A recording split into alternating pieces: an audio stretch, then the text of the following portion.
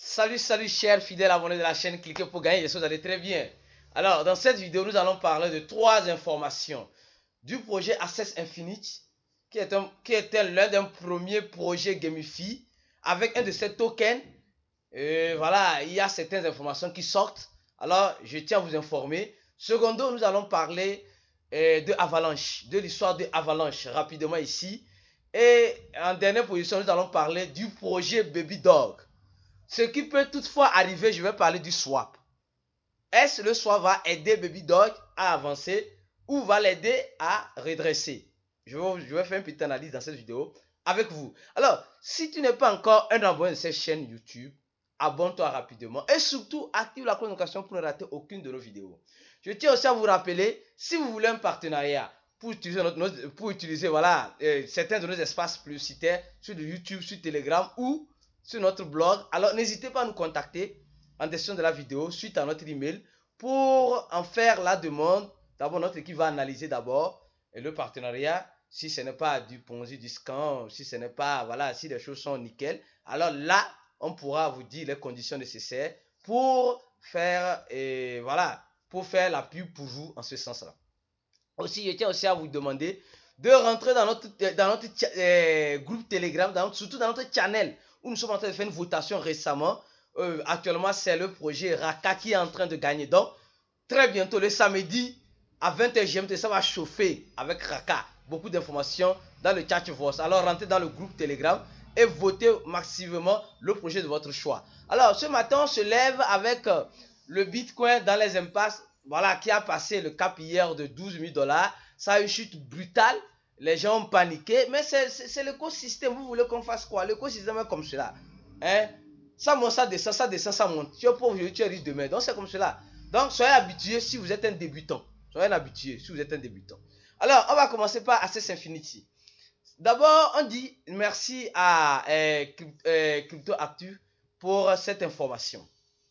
On dit, d'abord, il faut comprendre qu'Access Infinity, elle a certains tokens. Elle a un token où les détenteurs, ceux qui jouent, les joueurs du jeu, ceux qui jouent les jeux sont récompensés par un token qu'on appelle le SLP. J'avais déjà fait une vidéo sur ça. Allons-y rapidement voir le SLP.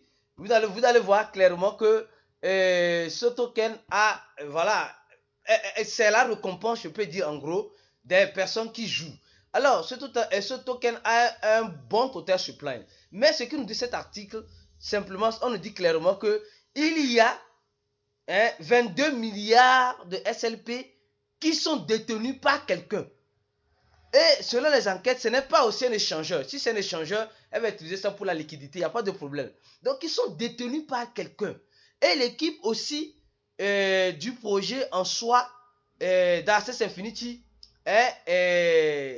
ne sait pas à qui elle appartient aussi. Donc, 22 milliards, plus de 55% du token du total supply, c'est beaucoup. Alors donc, si vous êtes dans ce projet, sachez prendre des décisions adéquates qui vous sembleront voilà, utiles. J'ai voulu vous apporter cette information parce que je me rappelle l'année passée, j'avais fait une vidéo sur ça.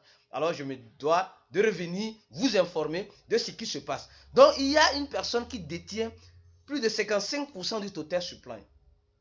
Et on dit cette adresse n'appartient pas à Access Infinity, qui ne détient aucun SLP.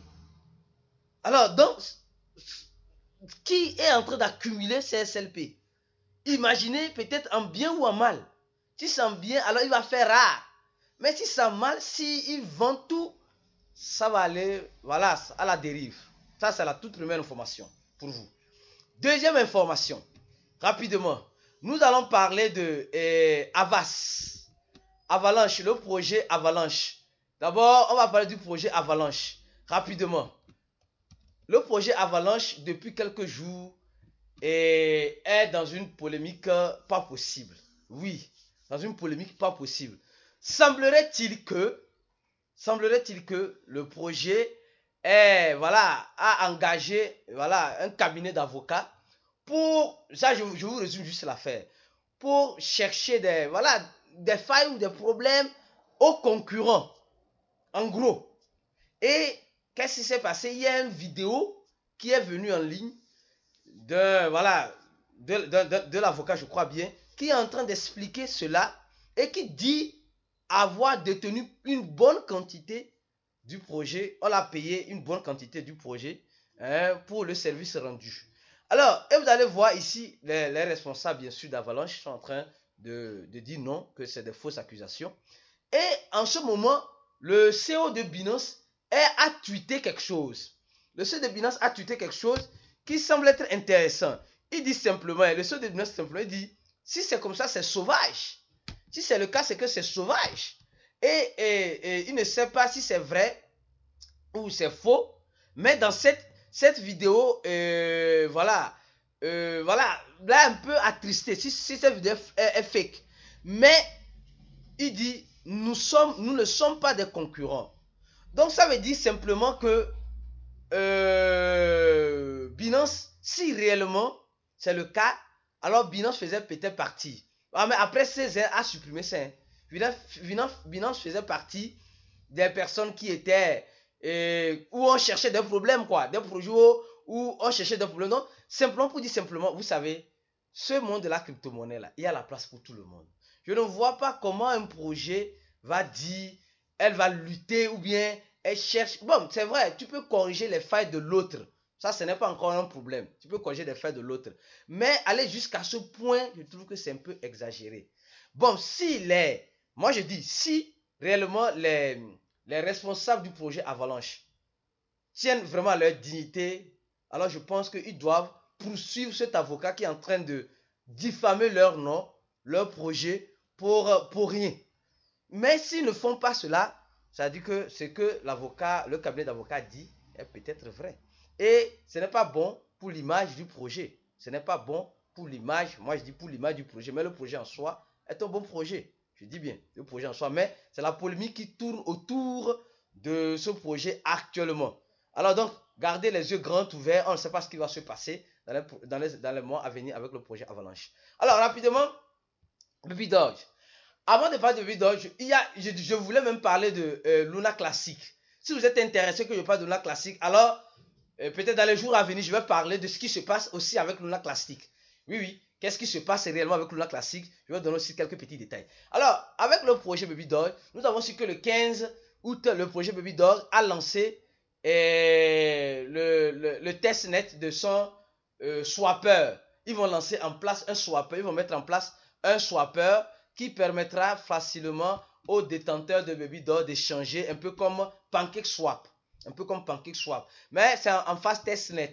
Et ce qui est intéressant, regardez très bien, et le projet Baby Doge, actuellement, avant de faire l'analyse rapidement, allons-y ici. On va voir ici, je vais vous montrer juste quelque chose. Baby Doge, un instant. Ici, vous allez voir quelque chose. Vous allez comprendre pourquoi je vais vous parler du swapper. L'impact qu'elle aura. L'impact néfaste qu'elle aura, espérons que la sécurité derrière, c'est pas moi, ce swapper soit robuste. Si ce n'est pas robuste, alors elle va entraîner la chute totale du projet Baby Doge. Ça, c'est sûr. Mais apparemment, elle est déjà certifiée par Secti, etc. Espérons que c'est bien. Mais ça, c'est le côté néfaste. Le côté positif, c'est quoi? S'il arrivait, je dis bien, s'il arrivait, regardez, l'équipe de Baby Doge est en train de quoi? Voter le nom de domaine Baby Doge et .swap. Ils demandent même au niveau de la liquidité quel est le stablecoin que la communauté aime beaucoup utiliser ici. Donc, ils sont en train déjà de préparer une stratégie déjà. Les gens disent le USDT, donc, pour dire simplement que le swapper là peut aussi pousser Baby Doge à aller très loin. Parce que si nous regardons dans le smart contract de Baby Doge, les holders, vous allez voir une chose. Vous allez voir que je ne sais pas s'ils ont prévu cela. Je suis sûr qu'ils ont prévu. Il y aura plus du burn avec le swapper. Un peu comme s'ils le font comme Shiba Swap. Le swapper de Shiba. S'ils le font comme le swapper de Shiba qui brûle quelques pièces à chaque transaction, alors ça va faire de plus en plus rare Baby Doge.